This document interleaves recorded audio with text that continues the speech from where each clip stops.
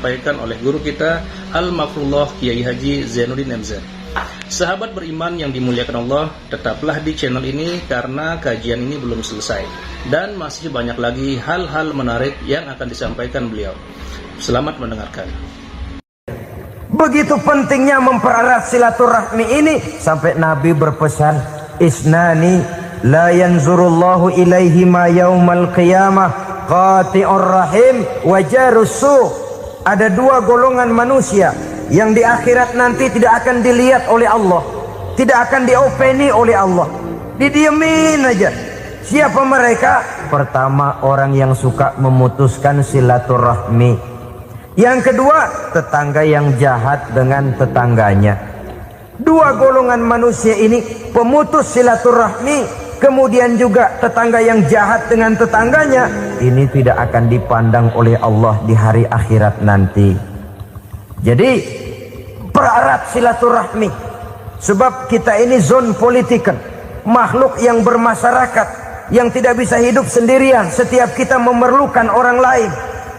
Kita disebut kaya karena ada yang miskin, kita disebut alim karena ada yang awam, kita disebut berkuasa karena ada rakyat jelata. Tanpa rakyat tidak ada penguasa, tanpa yang miskin tidak ada orang kaya. Kalau tidak ada yang jelek, siapa yang bilang cakep? Karena ngimbangi. Saudara hadirin, atas dasar ini mestinya kita selalu bersyukur dalam segala posisi, tidak lalu salah terima kepada karunia yang diberikan Allah kepada kita. Saudara hadirin yang saya hormati, pererat silaturahmi, jadikan orang-orang tua kita tempat kita cerita yang enak-enak saja. Yang tidak enak, telan sendiri, usahakan sendiri, carikan jalan keluarnya sendiri. Setidaknya ya diam sajalah. Kalau belum bisa membalas budi baik orang tua, setidaknya jangan menyakiti hati orang tua kita. Sudah lelah dan payah dia mengasuh kita, membesarkan kita, merawat kita, demi setelah kita berumah tangga, seluruh kesulitan kita bawa lagi kepadanya. Karena itu buat para istri juga ini perhatian. Kalau dimarahi suami, jangan cepat-cepat pulang ke rumah orang tuanya. Nggak boleh diomelin dikit, main buntal aja. Gua pulang dah. Pulang. Sampai sana cerita habis-habisan, dikucek kejelekan suaminya. Nanti 2-3 hari balik aja lagi. Kan nggak lucu jadinya. Saudara hadirin, begitu juga suami. Mencaci maki habis istrinya, 2-3 hari baik aja lagi. Konyol, istrinya sudah dicaci maki habis-habisan, dijeleki leluhur-leluhurnya, 2-3 hari baik lagi, mesraan lagi. Kata bininya dalam hati, gua lu jelekin juga, lu pakai juga, payah.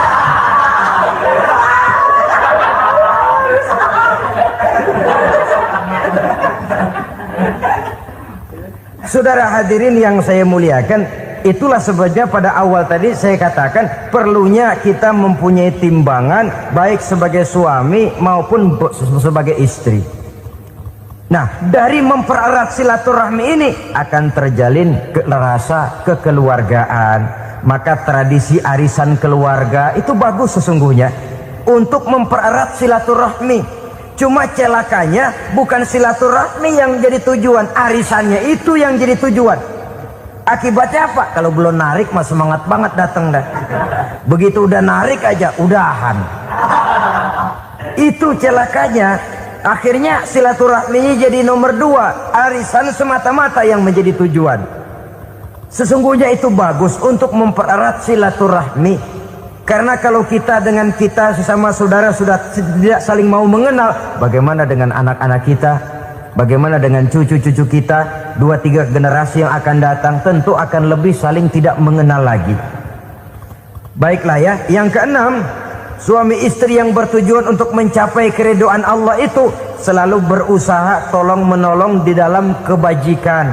Sebab Allah pesankan itu di dalam Al-Maidah ayat 6, wa ta'awanu 'alal birri wat taqwa wa la ta'awanu 'alal itsmi wal 'udwan. Bertolong-tolonganlah kamu di dalam kebaikan, di dalam bertakwa kepada Allah. Jangan bertolong-tolongan di dalam maksiat, di dalam dosa, dan di dalam usaha yang menimbulkan permusuhan. Kalau suami marah kepada seseorang, istri jangan ngipasin. Oh bang, yang begitu mah dibayain tuman. Bu, udah habisin aja dah. Anak-anaknya marahin sekalian. Ngipasin. Istri kesel sama tetangganya, suami ngipasin. Emang tuh tetangga kita, hahu. Habis orang dikipasin. Ta'awanu 'alal birri wat taqwa, bertolong-tolonganlah di dalam kebaikan. Istri malas ngaji, suami mendorong, memberikan sugesti. Suami malas berusaha, istri memberikan sugesti. Saling tolong-menolong di dalam kebaikan dan takwa, dan jangan tolong-menolong dalam dosa dan permusuhan. Kata suami, Bu, daripada kita melarat terus hidup, kita piara tuyul yuk. Kata istrinya, nah ini sudah menyimpang bang. Bersabarlah, bagaimanapun insya Allah kita tidak akan mati kelaparan. Piara tuyul itu nanti jadi pindah akidah, merusak iman, berteman dengan setan. Apalah artinya kekayaan dan kesenangan sebentar kalau harus mengorbankan kekayaan dan kesenangan yang abadi. Ini sudah alal ismi wal udwan, sesuatu yang mengandung dosa. Saudara hadirin yang saya hormati, kemudian yang keenam, berbaik sangka. Baik suami maupun istri sama-sama saling berbaik sangka. Suami melepas istri, istri melepas suami dengan hati yang ikhlas. Suami meninggalkan istri di rumah dengan jiwa yang bersih dan rasa yang aman. Ada rasa baik sangka, dan ini modal dasar. Kalau sudah dilandasi oleh buruk sangka, tentu yang lahir nanti adalah perasaan-perasaan yang tidak baik. Akibatnya sangat tidak menguntungkan. Inilah beberapa ciri dari rumah tangga yang didirikan atas dasar mardhatillah, mencapai keridhaan dari Allah. Nanti akan menyusul tujuan berikutnya, diantaranya mendapat keturunan, diantaranya lagi mendatangkan gairah untuk lebih berusaha mencari rezeki karena sudah merasa punya tanggung jawab berupa anak dan istri. Mempererat silaturahmi itu cuma tujuan-tujuan sekundernya saja. Tujuan primernya kita melakukan suatu nikah untuk mencapai keridhaan dari Allah Subhanahu wa taala. Silakan punya istri cantik, kaya, tapi tujuan utamanya kita membina rumah tangga untuk mencapai ridho dari Allah. Karena itu dasarnya mawaddatan warahmah. Jangan cuma cinta tapi juga kasih sayang. Cinta, kecenderungan kepada jasmani akan berakhir, tapi kasih sayang, kecenderungan kepada rohani, makin tua malah makin erat, makin tua malah makin mesra. Sehingga kadang kita menampak kakek-kakek dan nenek-nenek lagunya kayak pengantin baru. Apa cinta-cintaan? Tidak. Bagaimana kakek-kakek sama nenek-nenek harus bilang I love you? Yang masih ada itu waktu itu mawaddah, kasih dan sayang. Itu yang akan kekal, itu yang akan abadi. Tanpa materi orang sulit untuk bahagia, tapi materi semata bukan jaminan orang untuk bahagia. Nah, ciri yang terakhir dari rumah tangga yang bertujuan mencapai ridho Allah, sinar agama kelihatan di dalamnya. Baik suami maupun istri sama-sama orang yang taat melaksanakan ajaran agama. Saudara, mudah-mudahan walaupun singkat dapat menjadi sumbangan moral dalam kita mewujudkan rumah tangga yang bahagia menurut contoh yang diberikan oleh Rasulullah Sallallahu Alaihi Wasallam. Terima kasih atas perhatian saudara. Mohon maaf atas segala kekurangan. Usikum wa nafsi bitaqwallah. Wassalamualaikum warahmatullahi wabarakatuh.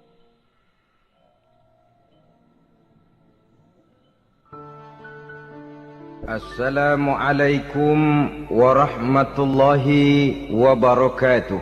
Ala alihi wa sahbihi ajma'in, amma ba'du.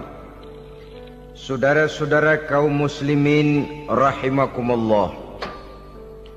Salah satu dari misi Islam ialah mengangkat harkat dan martabat manusia yang sebelumnya dibedakan oleh warna kulit, oleh suku bangsa dan bahasa. Seluruhnya diikat dengan satu akidah, menghilangkan perbedaan akibat warna kulit, suku bangsa dan bahasa. Termasuk dalam upaya itu betapa Islam telah mengangkat harkat dan martabat kaum wanita. Maka pada pertemuan kali ini kita akan membicarakan tentang peranan wanita sepanjang pandangan agama. Sebelum Islam datang, nasib perempuan nyaris hanya berputar di segitiga saja. Dapur, sumur, kasur. Kasur, sumur, dapur. Seolah-olah wanita terpaut dengan 3 itu tadi. Seolah-olah wanita tidak bisa berbuat lebih banyak daripada itu. Bahkan di tengah masyarakat jahiliyah, bayi perempuan mendatangkan aib sehingga mereka lalu dikubur hidup-hidup. Maka datang Islam dengan tegas mencanangkan satu revolusi yang mengangkat harkat dan martabat kaum wanita. Nabi bersabda, "An-nisa'u imadul bilad. Iza saluhat saluhal bilad, wa iza fasadat fasadal bilad." Wanita adalah tiang negara. Jikalau baik wanita, baiklah negara. Jikalau rusak wanita, hancurlah negara. Dalam berbagai ayat Al-Quranul Karim menjelaskan tentang wanita dan peranannya. Al-Quran bercerita tentang Siti Hawa. Al-Quran bercerita tentang anak perempuan Nabi Adam, Iklimah dan Labuda yang menyebabkan Habil dan Qabil saling berbunuh-bunuhan. Al-Quran menceritakan bagaimana ibunya Nabi Musa mendapat wahyu untuk menghanyutkan anaknya di hilir sungai Nil. Al-Quran bercerita tentang Siti Maryam, ibu daripada Nabi Isa. Al-Quran bercerita tentang 2 putri Nabi Yusuf yang akhirnya salah satunya menjadi istri daripada Nabi Musa. Pun Al-Quran bercerita tentang Ratu Balkis, seorang wanita yang menjadi penguasa di negeri Sabah, yang demikian besar pengaruhnya dan wawasannya. Dan banyak lagi Al-Quran menceritakan keadaan kaum wanita, sampai-sampai dalam Al-Quran ada satu surah yang dinamakan surah An-Nisa. Ini seluruhnya berarti bahwa Al-Quran telah menempatkan kaum wanita dalam satu posisi yang mulia dan terpuji. Al-Quran memberikan emansipasi, bahwa wanita berhak mengejar kemajuan sebagaimana halnya kaum laki-laki. Tetapi sungguh pun demikian, Al-Quran tetap memberikan batasan-batasan sepanjang emansipasi itu tidak bertentangan dengan kodrat kewanitaan itu sendiri. Kalau persamaan dan kemajuan, kalau emansipasi dan hak asasi sudah tidak sesuai lagi dengan kodrat kewanitaan, pada akhirnya bukan mengangkat harkat dan martabat kaum wanita, justru malah merendahkan derajat dan martabat kaum wanita itu sendiri. Seperti sebagian besar wanita ini, mereka berteriak menuntut tentang persamaan hak, tapi mereka melupa apa batasan daripada persamaan hak itu sendiri. Sesungguhnya Islam dengan segala konsepsinya yang mengangkat martabat kaum wanita itu memberikan keleluasaan kepada kaum wanita untuk maju bersama laki-laki sepanjang tidak menginjak-injak kodrat kewanitaan itu sendiri. Kalau sudah sampai kepada menginjak kodrat kewanitaan, maka akan merendahkan martabat kaum wanita. Sebab apa? Secara fisik dan psikis, agaknya memang laki-laki sudah ditakdirkan oleh Allah untuk menjadi pembimbing bagi kaum wanita. Walaupun tidak tertutup kemungkinan wanita tampil sebagai pemimpin, tetapi dari segi fisik biologis misalnya, laki-laki itu diciptakan kekar, kuat untuk memikul dan melaksanakan tugas-tugas yang berat.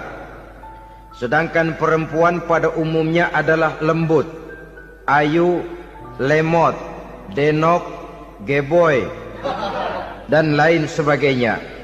Maka kalau kita baca sejarah, Allah itu belum pernah mengutus rasul perempuan. Semua rasul laki-laki. Sebab apa? Secara fisik biologis tugas kerasulan lebih dimungkinkan oleh seorang laki-laki. Tugas rasul itu berat. Kadang-kadang perang, dicaci maki, berhadapan dengan ujung tombak, ujung pedang dan lain sebagainya. Makanya seluruh rasul laki-laki, dan Allah belum pernah mengutus rasul perempuan.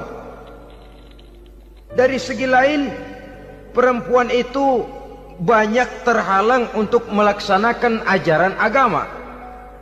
Misalnya 1 minggu dalam sebulan perempuan itu terkena cuti khusus, mengalami masa menstruasi, tidak sholat, tidak puasa, tidak melaksanakan ajaran agama yang tidak dibolehkan pada saat menstruasi itu. Kalau ada rasul perempuan, lalu saat malaikat akan menyampaikan wahyu, kebetulan rasulnya sedang wah, itu bisa balik lagi malaikat Jibril ke langit itu. Mau turun nyampein wahyu, balik lagi ke atas, ditegur, kenapa balik lagi Jibril? Rasulnya lagi head.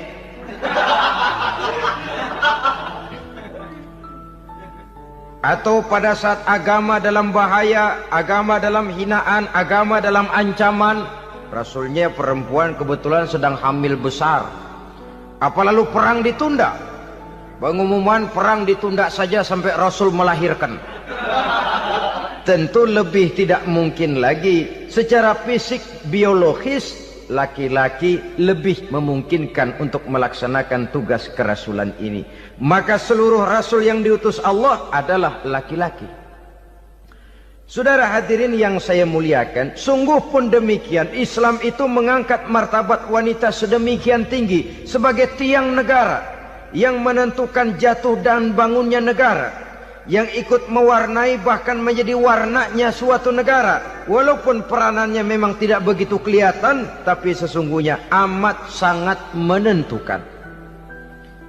Oleh karenanya, secara umum, emansipasi yang digariskan oleh Islam, emansipasi yang tidak bertentangan dengan kodrat kewanitaan di berbagai aspek kehidupan. Kalau sekarang emansipasi ini kelihatannya sudah salah pasang, salah kaprah. Bahkan belum lama kita menyaksikan bagaimana ada binaragawati. Di zaman sekarang perempuan sudah mulai angkat besi. Saya mulai mikir kalau perempuan sudah pada angkat besi, ini sudah tanda suaminya udah dekat dibanting-bantingin ini. Tahun-tahun mendatang mungkin akan menyusul perempuan mulai narik becak.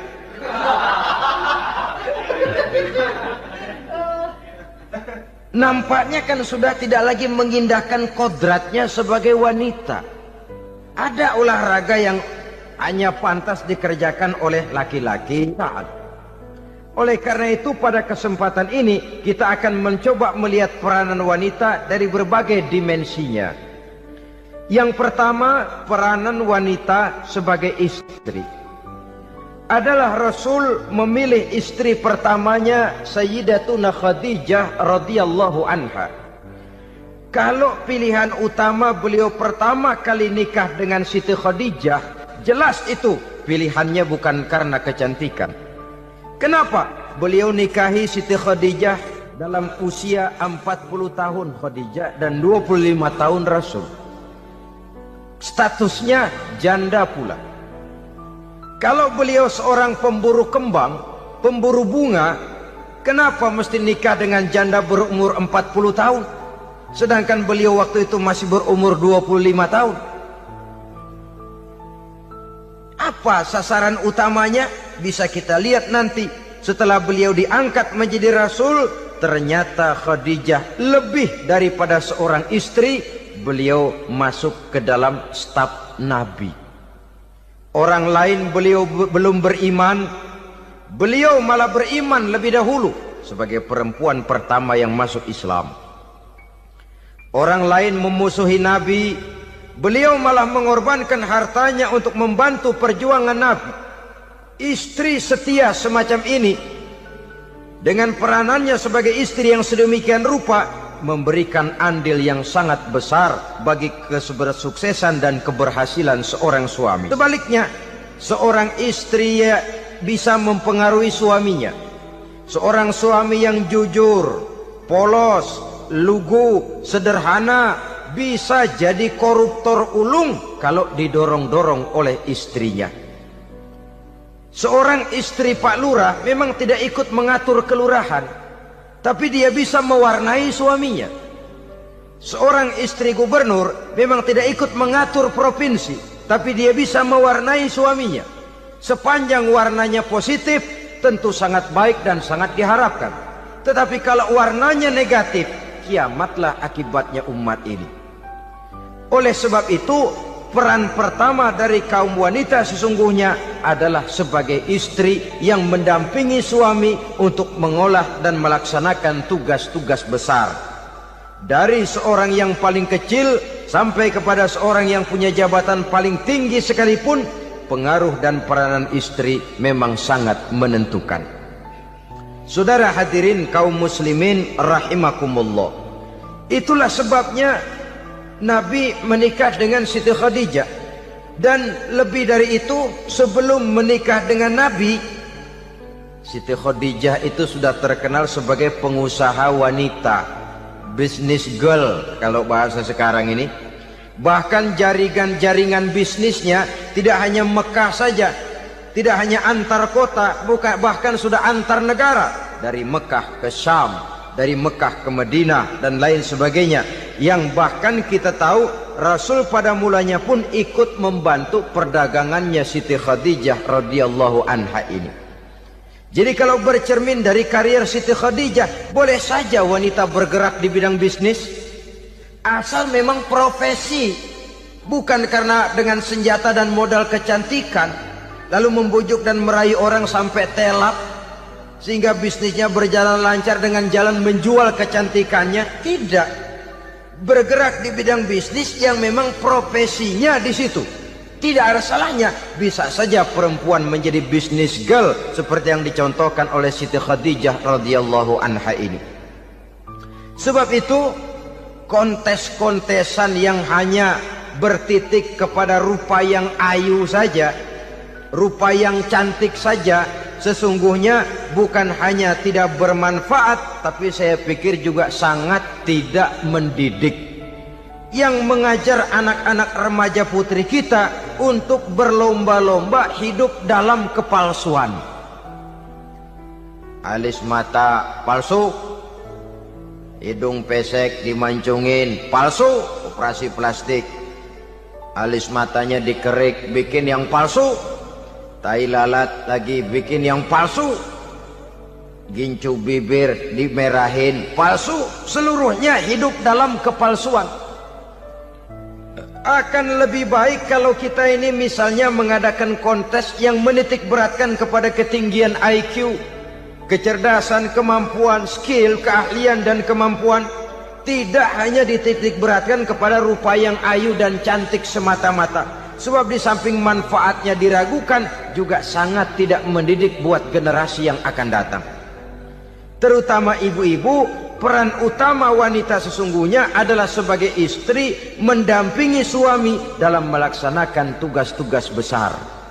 Satu hari, serombongan ibu-ibu pernah datang menghadap Rasul mengajukan satu resolusi. Protes kalau bahasa kita sekarang. Ya Rasul, ada apa bu? Kalau laki-laki sih enak. Enak bagaimana? Iya, kalau orang laki-laki sholat, perempuan sholat. Laki-laki puasa, perempuan puasa. Laki-laki pergi haji, perempuan pergi haji. Laki-laki menuntut ilmu, perempuan bisa menuntut ilmu. Tapi kalau laki-laki pergi jihad, perang membela agama, kami perempuan tidak bisa ikut jihad perang di medan pertempuran. Padahal pahala jihad sangat besar dan kami ingin mendapat pahala jihad. Tidak adil kalau begini ya Rasul, izinkan kami pergi jihad. Ini perempuan di zaman Rasul, kalau ada kebaikan tidak bisa ikut, rasanya rugi bukan main, lalu protes. Apa jawab Rasul? Beliau senyum. Ibu-ibu jangan khawatir. Walaupun ibu-ibu tidak maju ke medan perang, ada ibadah yang pahalanya sama dengan pahala jihad itu. Apa ya Rasul? Beliau menjawab, jihadukunna fi baitikunna. Jihadnya ibu-ibu, jihadnya kaum wanita adalah di rumah tangganya sebagai istri. Memasak makanan suaminya, mencuci pakaian istrinya, mengasuh, merawat dan membesarkan anak-anaknya, itu seluruhnya bagian daripada ibadah yang pahalanya tidak kurang dengan pahala jihad. Kenapa? Al-Quran itu memberikan sesuatu sesuai dengan kedudukannya. Kalau perempuan pergi perang jihad membela agama, musuhnya laki semua, kayak apa perangnya? Itu musuhnya bisa nggak mau pakai pedang, perangnya udah gulat aja udah. Sehingga Rasul lalu memberikan satu jalan keluar yang membuat wanita-wanita itu lega. Jihadukunna fi baitikunna. Ibu-ibu sih tidak usah khawatir, jihad ibu adalah di rumah tangga ibu-ibu semua. Sejak bangun tidur sampai tidur kembali, nyaris kaum ibu itu 24 jam pekerjaannya. Sebagai istri, dia melaksanakan jihad di rumah tangganya. Peranan wanita yang pertama adalah sebagai istri, yang walaupun tidak kelihatan dan menonjol seperti halnya laki-laki, tapi sangat mewarnai, bahkan menjadi warna dari tugas apapun yang dihadapi oleh suaminya. Dulu ada seorang orator, kalau pidato hebat bukan main. Kalau dia bernada gembira, semua orang senyum. Kalau dia bercerita tentang sesuatu yang sedih, satu masjid orang nangis. Orang tanya kepadanya, Pak, bisa pidato begitu hebat, siapa yang bikin? Ya saya sendiri. Istrinya dari belakang bilang, tidak, yang bikin pidatonya hebat saya. Kata suaminya, mana bisa, saya, kata istrinya. Kalau saudara tidak percaya, tunggu Jumat depan. Dia khutbah Jumat, saya akan bikin khutbahnya tidak hebat, kata istrinya. Sudah hari Rebo, siap-siap mau bikin konsep khutbah. Baru mau nulis, datang istrinya. Bang, tolong pegangin anak, saya mau ke warung. Mau bikin konsep lagi, kata istrinya, bang tolong ini, tolong itu, tolong ini. Sampai mau berangkat khutbah Jumat, khutbah belum selesai dibikin. Begitu naik mimbar, kehabisan bahan. Sudah 10 menit masih ama ba'du. Ini yang dengar heran, ini orang kok bicaranya bisa cuma amat sama badu saja. Di situ kelihatan saudara-saudara betapa peran serta istri yang walaupun tidak kelihatan oleh pandangan mata yang zahir, tapi teramat sangat menentukan. Sekali lagi, tidak ada seorang suami bisa sukses jadi apapun dia tanpa peran serta istrinya di rumah. Tidak ada kemajuan yang bisa diperoleh kalau tidak karena peran serta istrinya di rumah. Tidak ada kesuksesan yang bisa diraih tanpa keikutsertaan daripada istrinya di rumah. Walaupun suaminya yang dikenal orang, suaminya yang dipuji orang, suaminya yang disanjung orang, bagian besar tetaplah saham dan andil daripada istrinya yang di rumah itu. Ini makna an-nisa imadul bilad. Wanita adalah tiang negara. Jikalau baik wanita, baik negara. Jikalau rusak wanita, hancur negara. Karena wanita, negeri Salba menjadi terkenal tentram, aman, wawasan politiknya luas. Seorang semacam Cleopatra bisa menaklukkan Julius Caesar. Dan begitu selanjutnya. Banyak cerita-cerita betapa wanita yang berperan di belakang layar ini bahkan bisa menggoyangkan negara. Bahkan yang paling dekat saja contoh dengan kita, Senator Gary Hart. Saudara masih dengar tentu itu. Betapa harus terpaksa mengundurkan diri dari pencalonan presiden Amerika karena kasusnya dengan Donna Rice itu, dengan hostess itu.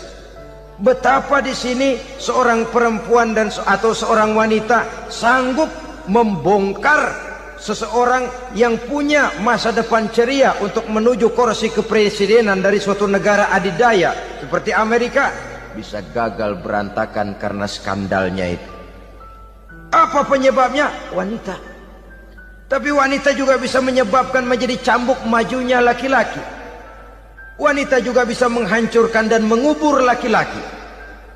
Saudara hadirin yang saya muliakan, ia memang kelihatannya makhluk yang lemah, tapi di balik kelemahannya itu sesungguhnya dia bisa menelan laki-laki yang bagaimanapun besarnya. Saudara-saudara kaum muslimin rahimakumullah, terutama ibu-ibu yang saya hormati, jadi peranan yang pertama wanita sebagai seorang istri. Yang kedua, wanita sebagai ibu. Ini juga sangat besar pengaruhnya dalam membentuk generasi masa yang akan datang. Bapak, oleh karena kesibukan tugasnya, tentu lebih banyak di luar rumah. Yang nyaris 24 jam di rumah itu ibu. Bagaimana dia merawat anaknya, bagaimana dia menaruh perhatian terhadap anaknya, bagaimana ia melimpahkan kasih sayang kepada anak-anaknya, akan membentuk kepribadian anak dan artinya membentuk generasi yang akan datang.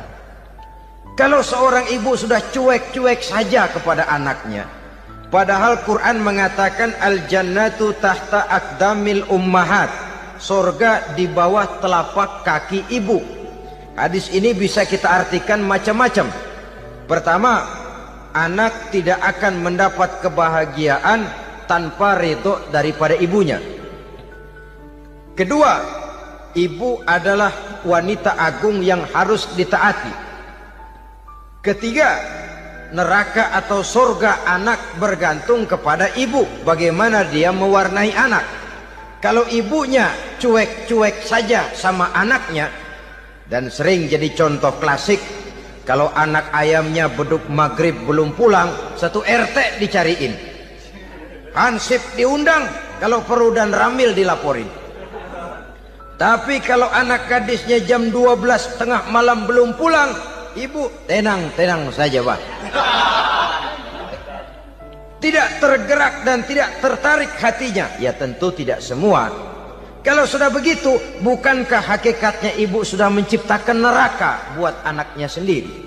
Khalil Gibran dalam satu tamsil yang indah pernah mengatakan, kalau kita diberikan sebutir mutiara, sebutir intan, dan intan itu sebutirnya sebesar telur ayam, benda yang sangat langka dan berharga, tentu kita sayang intan atau mutiara itu. Kita jaga baik-baik, kita simpan dalam kotak, kotaknya kita kunci, kotak itu kita simpan di dalam lemari, lemarinya kita kunci lagi, lemarinya ada di dalam kamar, kamarnya pakai pintu, pintunya kita kunci lagi. Kamar itu ada dalam rumah, rumahnya pakai pintu, dikunci lagi. Kemudian rumahnya pakai pintu gerbang besar, gerbangnya juga digembok lagi.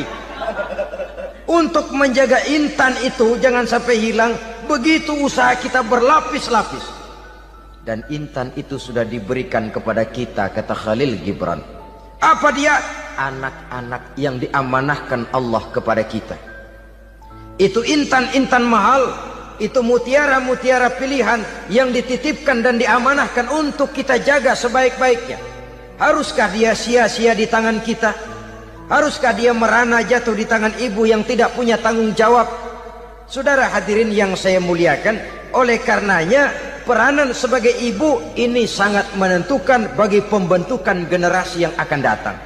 Salah ibu mengarahkan anak, akan lahir generasi mendatang yang tidak kita harapkan.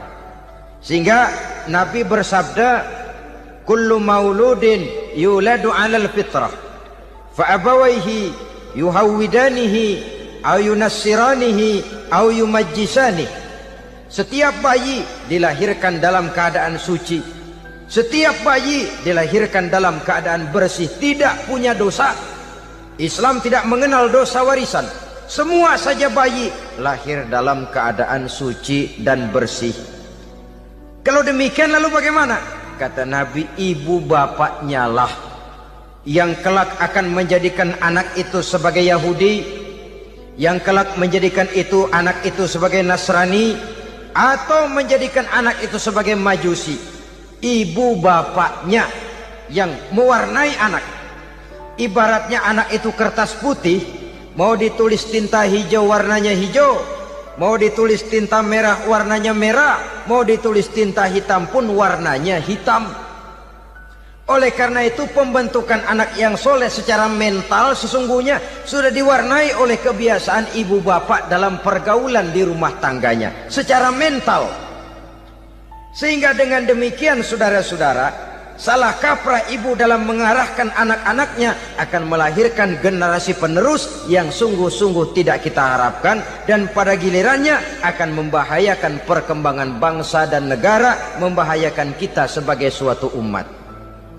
Apalagi sekarang ini masih banyak orang-orang muslim, orang-orang tua muslim yang kadang-kadang menyekolahkan anaknya di sekolah yang membahayakan akidahnya, mematikan imannya, menghancurkan tauhidnya. Pokoknya asal bonafid keluar sekolah ada jaminan lapangan kerja, perkara anak mau kafir mau murtad bukan urusan. Alangkah ironi dan sangat menyedihkan. Saudara-saudara yang saya hormati, jadi dari segi kaum wanita peranan ibu sangat besar. Dari segi anak, ketaatan kepada ibu, doa restu ibu akan membawa kepada kebahagiaan hidup. Doa ibu mustajabah, kutukan ibu manjur. Beberapa hikayat dan riwayat menjadi contoh dan tamsil buat kita betapa tidak ada satu kebahagiaan di dunia ini yang bisa ditegakkan tanpa doa restu daripada ibu. Pantas kalau dalam Al-Quran ada ummul kitab, ibunya atau induknya kitab. Tiap negara punya ibu kota, bapak kota tidak ada. Lalu lagi wawasan Nusantara disebut ibu pertiwi, bapak pertiwi kemana tahu. Saudara hadirin yang saya muliakan, lalu dalam peringatan hari-hari besar nasional ada yang namanya Hari Ibu. Hari bapak nggak pernah diperingati. Ada Hari Ibu, dan ibu itu pun ada Ibu Kartini, ada Ibu Dewi Sartika, dan macam-macam lagi yang seluruhnya merupakan refleksi dan gambaran betapa peranan kaum wanita di dalam kehidupan ini yang memang banyak mewarnai dan menjadi warna dari suatu kegiatan. Saudara-saudara kaum muslimin rahimakumullah, apabila yang pertama tadi kita melihat peranan kaum wanita sebagai istri, betapa ia berpengaruh besar dalam ikut menunjang keberhasilan dan kesuksesan suaminya. Kemudian pada peranannya yang kedua, wanita sebagai ibu di rumah tangga, betapa ia ikut membentuk, mempengaruhi, mewarnai dan membimbing kepribadian anak sebagai generasi penerus. Maka pada peranan yang ketiga ini kita akan melihat wanita sebagai social agent, sebagai penggerak kegiatan sosial di berbagai bidang kehidupan. Apakah itu bernama majelis taklim, apakah itu bernama perkumpulan dan yayasan-yayasan kemanusiaan, organisasi-organisasi yang bergerak di bidang pendidikan, bahkan di zaman sekarang bukan hanya menjadi penggerak sosial, bahkan sudah banyak kaum wanita yang menggerakkan satu bangsa. Dunia mengenal Margaret Thatcher, dunia mengenal Indira Gandhi, dunia mengenal Bandara Naike, dunia mengenal Corazon Aquino, dunia mengenal Golda Meir dulu itu dari Israel. Dunia mengenal Imelda Marcos yang ambisius, tapi yang kemudian melangkah kepada jalan yang negatif dari tujuan semula. Ini bukan hanya sekedar social agent, tapi bahkan sudah mengarah kepada menggerakkan dan mewarnai suatu bangsa. Islam membuka pintu ke arah itu. Wanita duduk dan berfungsi sebagai social agent, mengurus berbagai macam perkumpulan-perkumpulan yang bertujuan kepada kebajikan, menyantuni yatim piatu, memelihara kesehatan, menyayangi binatang, memelihara kelestarian lingkungan dan lain sebagainya. Islam membukakan pintu sepanjang peranan sebagai istri dan sebagai ibu tidak diabaikan. Ini sebab yang utama. Salah seorang perempuan, kaum wanita, kalau terlalu aktif berorganisasi, terlalu aktif bermasyarakat, terlalu aktif dalam berbagai macam perkumpulan, lalu melupakan tugas utamanya sebagai istri dari suaminya, sebagai ibu dari anak-anaknya. Ibu asik rapat sana, rapat sini. Anak tidak pernah diajak rapat. Akhirnya si anak bikin perkumpulan sendiri, rapat menurut versi mereka. Sehingga akibatnya yang timbul anak merasa kurang diperhatikan oleh ibunya. Ngaji bagus, tapi kalau sepanjang hari ngaji saja, suami pulang mau makan tidak ada makanan, mau berganti pakaian belum lagi diteriska pakaiannya, tentu ini melupakan fungsi yang utama. Kegiatan sosial, kegiatan di organisasi adalah jadwal kegiatan setelah fungsi sebagai istri dari suami, sebagai ibu dari anak-anak dilaksanakan dengan sebaik-baiknya. Bukan tidak baik ngaji, kalau dari ngaji ke ngaji saja. Bangun tidur ngaji, jam 7 ngaji, berangkat jam 11. Sholat zuhur berangkat ngaji lagi, pulang sore, malam ngaji lagi. Suami tidak terurus, anak-anak pun terbengkalai, rusaklah rumah tangga. Dan bukankah satu bangsa terdiri dari satu tatanan masyarakat, dan tatanan masyarakat yang paling kecil bernama keluarga. Keluarga merupakan unit dari masyarakat, unit yang terkecil, dan keluarga terdiri dari pribadi-pribadi yang merupakan bapak, ibu, dan anak-anak. Sehingga masyarakat bangsa yang baik terdiri dari masyarakat yang baik. Masyarakat yang baik tersusun dari keluarga-keluarga yang baik. Dan keluarga yang baik akan muncul dari pribadi dan individu yang baik. Pribadi dan individu yang baik yang sadar mana kewajiban yang primer, mana kewajiban yang sekunder.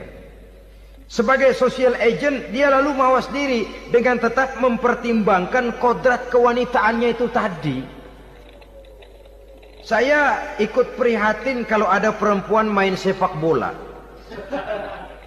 Dan saya yakin betul kalau perempuan main sepak bola, yang nonton pasti bukan nonton bola.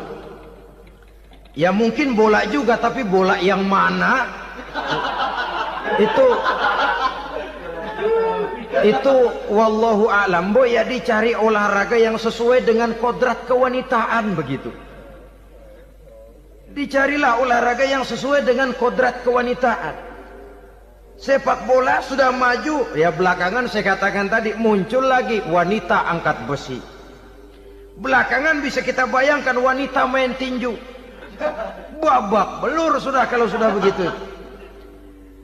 Kemajuan dengan melupakan kodrat kewanitaan akan menyengsarakan kaum wanita itu sendiri. Silahkan maju menjadi social agent, menjadi penggerak di masyarakat. Para istri Rasul bisa kita jadikan satu figur. Siti Khadijah, figur sebagai istri pendamping yang setia. Dikala suaminya bingung, ia tampil memberikan pandangan. Dikala suaminya bingung, ia memberikan tanggapan. Dikala suaminya dimusuhi orang, ia menampakkan kesetiaannya. Kau tidak sendiri bang, aku di sisimu. Dikala jiwanya gelisah ketika pertama kali menerima wahyu berhadapan dengan malaikat Jibril, Khadijah yang menghibur. Kalla ma yukhzikallahu abada. Tidak apa-apa bang, Allah tidak akan menyusahkan kau untuk selamanya. Tenang sajalah, tenang. Abang orang baik-baik, Allah tidak akan menyengsarakan abang. Peran sebagai istri. Dan Rasul mantap. Sehingga bertahun setelah Khadijah wafat, selalu terkenang dan dikenang oleh Rasul. Pernah satu saat beliau itu seperti orang melamun. Aisyah tanya, kok seperti ngelamun bang? Iya, kata Rasul, saya seperti mendengar suara terompahnya Khadijah di surga. Padahal Khadijah sudah lama wafat. Aisyah mendengar itu rada sedikit manyun. Kata Aisyah, Bang, cukup sekali ini saja, jangan sebut-sebut lagi nama itu ya. Cemburu rupanya. Ya soal cemburu sih nggak bini Nabi, nggak bini kita, namanya cemburu. Perempuan mesti ada. Apa jawab Rasul? Ya Humairah, Aisyah, haruskah saya melupakan seseorang yang dikala orang lain memusuhi saya, dia mati-matian membela saya? Kamu orang Islam bukan? Bukan. Pantas. Kenapa saya salah? Dia bilang. Ya jelas salah. Salahnya di mana? Kamu ini manusia. Kalau hidup cuma dari tangan ke mulut, saya bilang kambing di kampung saya juga begitu pikirannya, Ner. Itu kambing di kampung saya, asal perutnya kenyang sudah hidup dia. Perkara besok bagaimana, lusa prospeknya macam mana, bulan depan ada apa, kambing nggak pernah mikir. Di kampung saya kambing juga pikirannya begitu. Kamu Kristen ya? Tadinya. Loh kok tadinya, lalu apa sekarang kamu ini? Dia bilang sekarang saya netral. Saya tidak beragama, tapi saya percaya kepada Tuhan sebagai pencipta alam. Assalamualaikum warahmatullahi wabarakatuh. Waalaikumsalam warahmatullahi wabarakatuh. Alhamdulillah wassalatu wassalamu ala sayyidina Rasulillah sayyidina wa maulana Muhammad ibn Abdullah wa ala alihi wa sahbihi wa mawala la hawla wa la quwwata illa billah, amma ba'du. Bapak-bapak, ibu-ibu, saudara-saudara kaum muslimin rahimakumullah. Di dalam kehidupan kita sebagai seorang muslim, minimal 5 kali dalam sehari semalam kita mendengar seruan untuk mendirikan solat yang disebut azan. Ada kalimat menarik di dalam kalimat azan itu, yakni seruan hayya 'alal falah, marilah menuju kepada keberuntungan, marilah meraih kemenangan. Seruan ini adalah kecenderungan dari setiap manusia, apapun warna kulitnya. Artinya setiap orang dalam hidup selalu ingin meraih dan mencari kemenangan. Kemenangan akan melahirkan kepuasan batin, dan kepuasan batin memberikan kebahagiaan.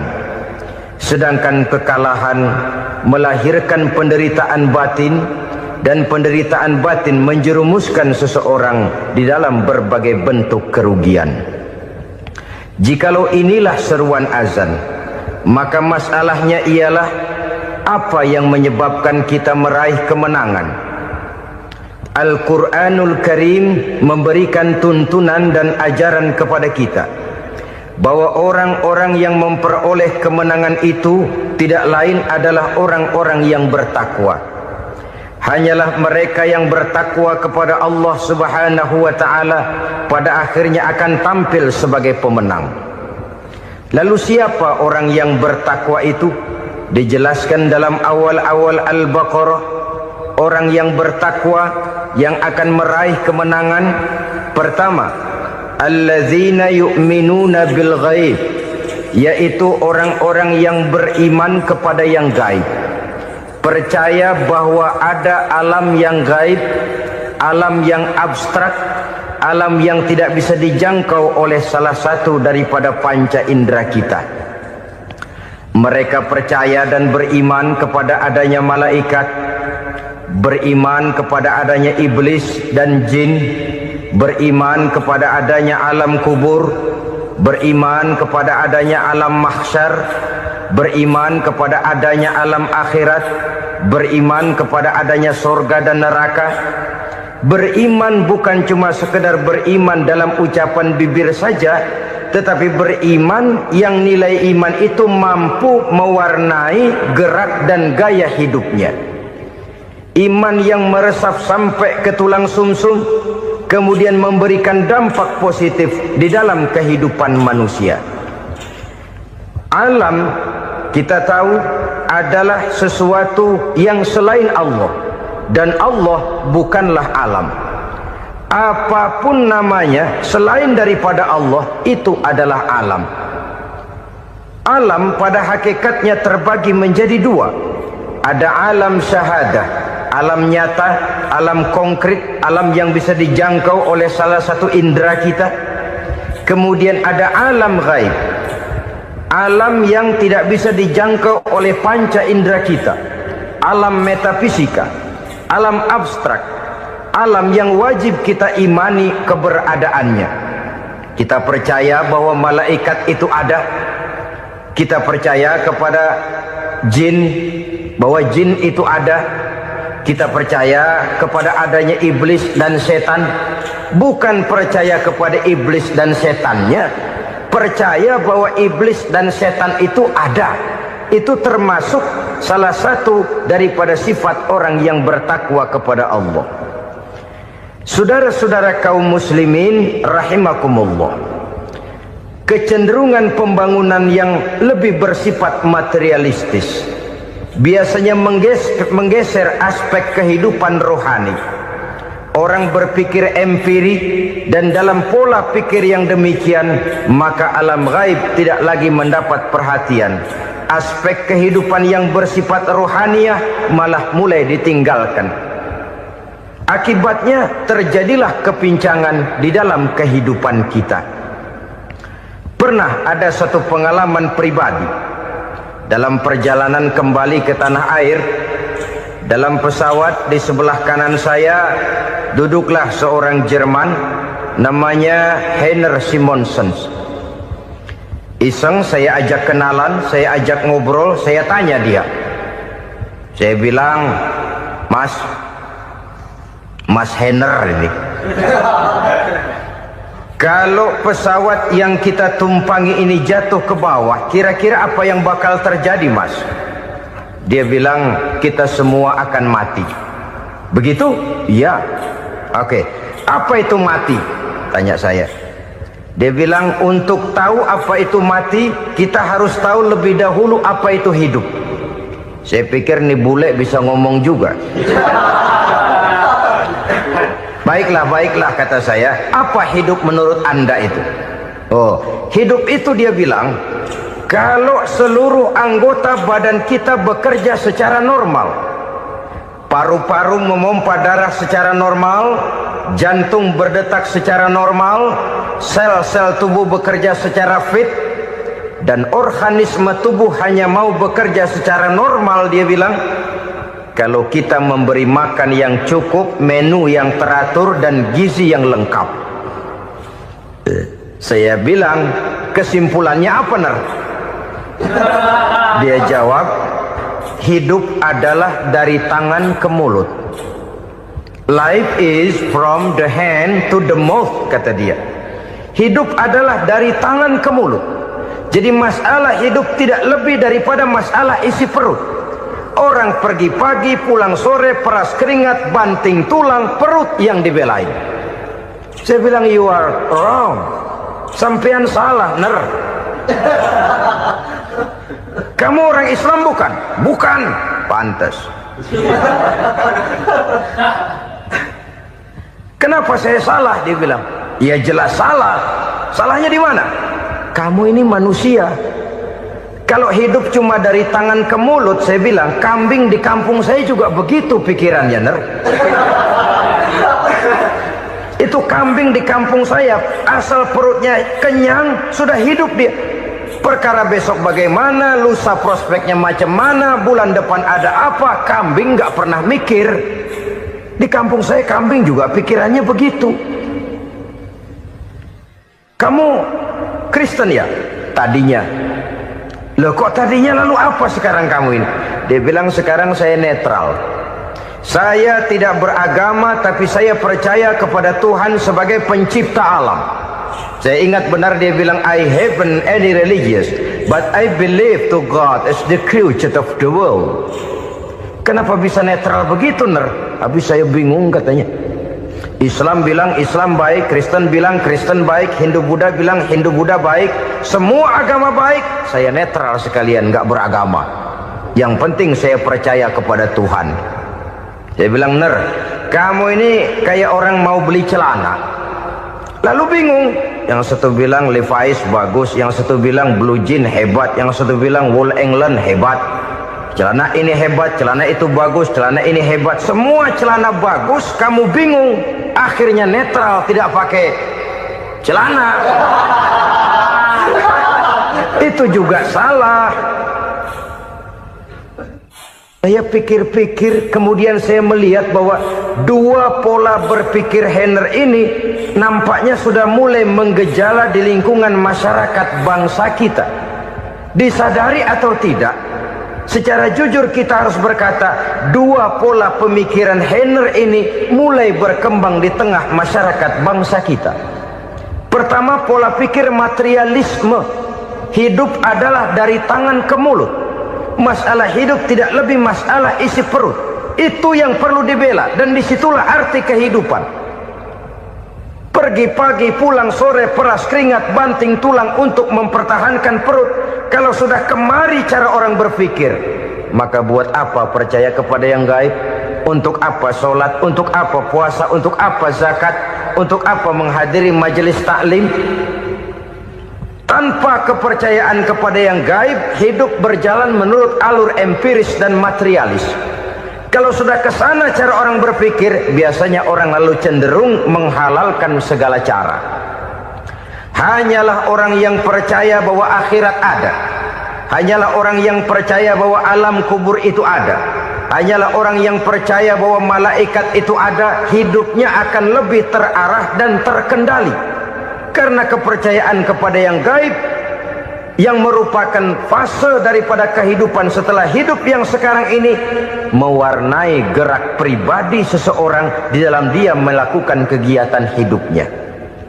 Pola berpikir materialisme, disadari atau tidak, mulai menggejala di lingkungan masyarakat bangsa kita. Hidup tidak lebih dari urusan tangan ke mulut, mulut ke tangan, tangan ke mulut. Asal perut sudah kenyang, hiduplah sudah. Perkara bagaimana prospek hari yang akan datang, bagaimana akhirat, tidak jadi persoalan. Ini yang oleh Nabi diperingatkan, ad-dunya sijnul mu'min wa jannatul kafir. Dunia adalah penjara bagi orang beriman dan surga bagi orang kafir. Dulu di zaman Belanda, hadis ini pernah disalah tafsirkan, disalah artikan, digunakan sebagai senjata untuk mengkebiri dan membuat impoten umat Islam. Sudahlah, umat Islam gak usah macam-macam, kata Belanda. Dunia ini kan penjara buat orang Islam, surga buat orang kafir. Di penjara jangan bertingkah.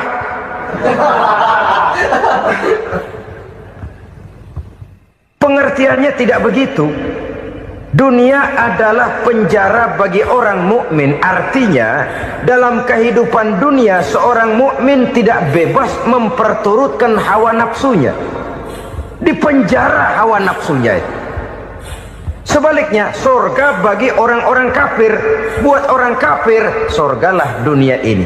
Mereka bebas memperturutkan hawa nafsunya. Dilarang tidak terlarang, dicegah pun tidak tercegah. Mereka hidup menurut alur bisikan nafsu mereka sendiri. Kemudian bila ajal datang, maut merenggut nyawa, selesailah surganya sampai di situ. Maka bagi orang-orang yang tidak percaya kepada adanya akhirat, kepada adanya alam gaib, surganya sebatas umurnya. Sekali lagi, surganya sebatas umurnya. Bila umur selesai, ajal pun datang merenggut nyawa, selesailah sudah surganya sampai di situ. Alangkah pendeknya perjalanan orang-orang yang tidak percaya kepada alam gaib ini. Bagi kita mukmin, jikalau kita mampu memenjarakan hawa nafsu, kita bisa bahagia di dunia ini. Dan Islam memang tidak menyuruh kita sengsara di dunia. Raih dunia, kejar dunia, gapai dunia sebagai alat untuk mencapai kebahagiaan di akhirat nanti. Hidup adalah satu perjalanan panjang yang terbentang sejak kita terlahir dari alam rahim sampai kepada alam akhirat nanti. Andai kata kita gagal meraih kebahagiaan di dunia, toh kita masih punya akhirat. Alhamdulillahirrabbilalamin. Demikianlah tausiah penuh ilmu, hikmah dan manfaat yang sudah kita dengarkan bersama dari guru kita Al-Mafrullah Kiai Haji Zainuddin MZ. Sahabat beriman yang dimuliakan Allah, mari kita doakan guru kita, semoga beliau diampuni segala dosa-dosanya dan dilapangkan kuburnya. Dan buat sahabat semua yang sudah setia menyimak tausiah ini sampai selesai, saya ucapkan terima kasih banyak. Doa dan harapan saya semoga sahabat semua selalu diberikan kesehatan, dimudahkan segala urusannya, dan dilancarkan rezekinya. Amin ya rabbal alamin. Demikian yang dapat saya bagikan, kurang lebihnya mohon maaf. Sampai bertemu lagi di kajian berikutnya. Wabillahi taufik wal hidayah, waridho wal inayah. Wassalamualaikum warahmatullahi wabarakatuh. Setelah kita mendengarkan bersama tausiah penuh ilmu dan hikmah yang sudah disampaikan oleh guru kita Al-Mafrullah Kiai Haji Zainuddin MZ, sekarang mari kita lanjutkan aktivitas kita masing-masing. Semoga apa yang sudah disampaikan oleh beliau menjadi ilmu yang bermanfaat dalam kehidupan kita sehari-hari. Selamat beraktivitas buat sahabat semua dan sukses selalu. Sampai bertemu lagi di kajian Ar-Rozak 313 berikutnya. Wassalamualaikum warahmatullahi wabarakatuh. Bismillahirrahmanirrahim. Assalamualaikum warahmatullahi wabarakatuh. Alhamdulillahi wa kafa, wassalatu wassalamu ala rasulillahil mustafa wa ala alihi wa sahbihi wa manihtada, amma ba'du. Sahabat beriman yang dimuliakan Allah, syukur alhamdulillah kita bertemu lagi di channel Ar-Rozak 313. Pada kesempatan yang berbahagia ini, mari sejenak kita luangkan waktu kita untuk bersama-sama menyimak tausiah fenomenal dari guru kita Al-Mafrullah Kiai Haji Zainuddin MZ. Tentunya banyak sekali ilmu, hikmah, dan manfaat yang bisa kita jadikan pelajaran dalam kehidupan kita sehari-hari. Berikut ini mari kita simak bersama isi tausiah beliau. Selamat mendengarkan. Tidak sabar, lalu mencari jalan pintas. Kesulitan ekonomi, kebetulan istrinya cakep, istrinya disuruh ngojek. Dah lu ngojek aja deh, gue nungguin setoran dah. Suami tapak di rumah. Saudara hadirin yang saya muliakan, buat sepintas memang mendatangkan materi itu, mengatasi kesulitan ekonomi. Tapi apakah bahagia? Walaupun rumah bisa jadi besar, perabotan bisa serba lebih lengkap dan ada, tapi apakah semuanya mendatangkan bahagia? Sementara suami kehilangan rasa cemburunya, dan dalam agama itu disebut dayus. Dayus, suami yang tidak punya rasa cemburu kepada istrinya. Dan orang dayus kayak begitu, haram mendapat bau sorga. Bau sorga saja tidak dapat, apalagi masuk ke dalamnya. Ya tapi juga jangan lantas mentang-mentang harus cemburu sama istri, overacting. Suaminya nawar sayuran, laki pulang ngomel, lu pacaran ya sama tukang sayur. Itu juga over, saudara-saudara. Kesulitan ekonomi diatasi dengan sabar. Sabar dalam arti berusaha dengan tidak mengambil jalan pintas, berusaha tetap berada di jalan yang diridhoi oleh Allah. Ini yang jadi problema ini rumah tangga sekarang ini, kesulitan ekonomi, di mana lapangan kerja sulit, di mana persaingan hidup tajam, sedangkan kita hidup ingin seperti orang lain. Kita mudah gelap mata, mudah picik pandangan, mudah sulit pertimbangan, lalu mengambil jalan pintas. Kadang menjual akidah, menjual keimanan. Kebetulan penderingan kering, ada yang nawarin beras 3 liter sama supermi 2 bungkus. Hari Minggu diajak ke gereja mau. Itu iman kena beras 3 liter telap. Kesulitan ekonomi, saudara-saudara, sehingga Imam Ali pernah berkata, kadal fakru ayyakuna kufran. Kemiskinan memang mudah membawa orang kepada kekafiran, kepada perbuatan-perbuatan yang bisa mengundang kekafiran. Oleh karena itu dalam tamsil lain beliau berkata, kalau ada ular dan ada kemiskinan, kemiskinan yang saya getok lebih dulu, kemiskinan yang saya bunuh lebih dahulu. Karena kemiskinan mudah membawa orang kepada kekufuran. Bagaimanapun sulitnya ekonomi yang dihadapi dalam rumah tangga, percayalah satu saat jalan keluarnya mesti ada. Mesti ada. Jangan sampai mengambil jalan pintas yang membuat kita keluar dari jalan yang ditinjau dari segi kemasyarakatan pun mendatangkan aib, ditinjau dari kehormatan berkeluarga pun mendatangkan nista, ditinjau dari segi ekonomi pun barangkali tidak akan mendatangkan kelimpahan materi. Jalan pintas pada umumnya saudara-saudara hanya memberikan kenikmatan yang sekejap. Dan apalah itu artinya kalau harus mengorbankan kesenangan yang abadi dan kekal. Kadang-kadang mengorbankan anaknya sendiri, anaknya dikomersilkan. Pokoknya siapa yang nyamper lu berangkat aja dah. Asal pulang nenteng pisang sama jeruk sebongsang, orang tua udah anteng aja udah. Saudara hadirin yang saya muliakan, setiap kita selalu berhadapan dengan kesulitan. Karena itu rumah tangga yang bertujuan mencapai mardhatillah, mereka sabar dalam menghadapi kesulitan. Tidak ada beras, puasa saja, puasa sunnah. Puasa sunnah, lapar tapi ada pahalanya. Daripada tidak puasa lalu ngegerundel, brengsek Tuhan. Gue sembahyang melulu, lapar juga. Sudah lapar tidak berpahala. Bukankah Rasulullah sendiri kalau pulang ke rumah Aisyah lalu berkata, "Ya Humairah, ada makanan hari ini?" Ada makanan yang enggak ada, Bang. Alhamdulillah, kalau begitu saya puasa. Pulang dari mana-mana perut lapar, mau makan tidak ada makanan, bukan marah, bukan ngamuk, puasa. Maka boleh puasa sunnah, niatnya udah siang, jam 10, jam 11, asal dari pagi belum makan apa-apa. Niatnya jam 10, sah, dengan catatan dari pagi belum makan apa-apa. Jangan sudah sepiring setengah baru niat, itu lain. Itu ngojek namanya itu. Pengertian dalam kesulitan. Satu malam beliau pulang dari masjid agak larut.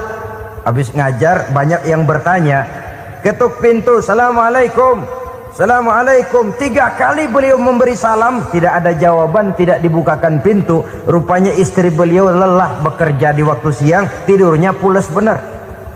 Marahkah Rasul? Tidak, beliau gelar sorban, tidur di depan pintu. Asraful anbiya wal mursalin ini, Rasul termulia ini, karena menghargai istrinya, tidur di depan pintu. Sampai Aisyah bangun sepertiga malam, terkejut buka pintu, suaminya ada di depan pintu. Beliau bangunkan. Ketika dibangunkan, Rasul lebih dulu berkata, "Maaf sayang, saya pulang terlambat." Sudah nggak dibukain pintu, tidur di depan, dibangunin, beliau duluan yang minta maaf. Pengertian. Kalau emosi, memang nggak dibukain pintu, tidur di depan. Begitu dibukain, yang enak kita tunjuk jidatnya.